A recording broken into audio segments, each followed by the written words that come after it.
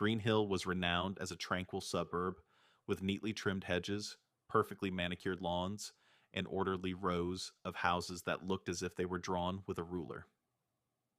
At the center of this perfection was Karen Simmons, the iron-fisted president of the Homeowners Association. Karen was tall, thin, with carefully styled blonde hair, always dressed impeccably, and known for her sharp, judgmental stare behind her designer sunglasses.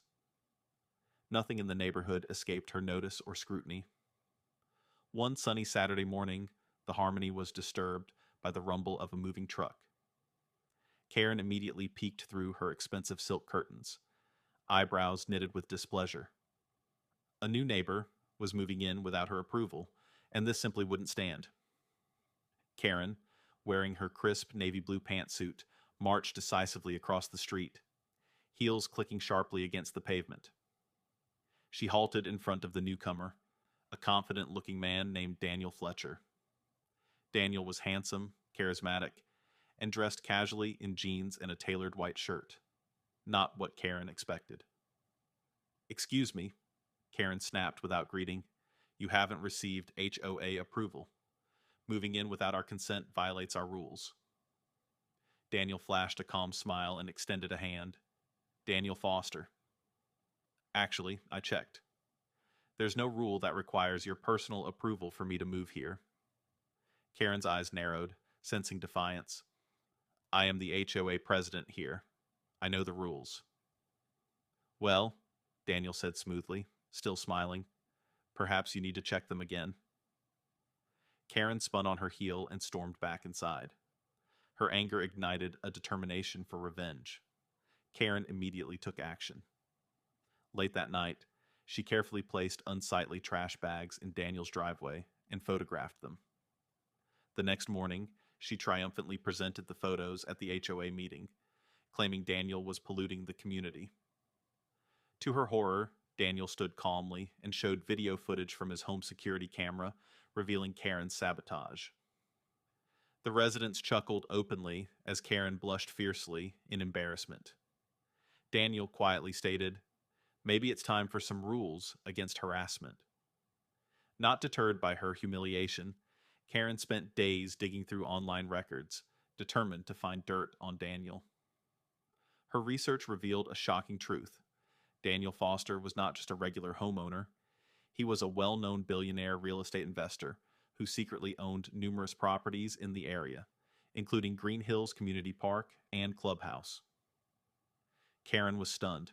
She had underestimated Daniel's power and influence dramatically. Determined to maintain her control, Karen planned a new attack. She ordered a large shipment of fertilizer online, intending to pour it secretly onto Daniel's immaculate lawn, causing rapid weed growth overnight. But she accidentally spilled it all over her own yard, resulting in massive weed growth that became the neighborhood joke. Residents laughed openly, snapping pictures of Karen's yard. Humiliated, she ordered a landscaping service immediately, but it was too late. Her reputation began to crumble.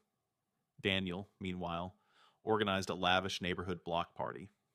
Food trucks, live music, and colorful decorations turned the community into a festive gathering. Karen, annoyed by the noise and the vulgarity, called the police for a noise complaint. But when officers arrived, they simply joined the festivities. Daniel had secured all the necessary permits, and the entire neighborhood was clearly enjoying themselves.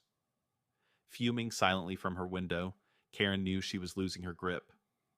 Feeling cornered, Karen went further than ever before. Late one night, she vandalized Daniel's luxury vehicle, slashing tires and spraying bright paint. But once again, her actions were recorded by Daniel's sophisticated home security system. When confronted by the authorities, Karen tearfully claimed innocence, but video footage provided undeniable proof. Daniel, still merciful, didn't press charges, but Karen's actions spread quickly through Green Hill. A special HOA meeting was called by Daniel.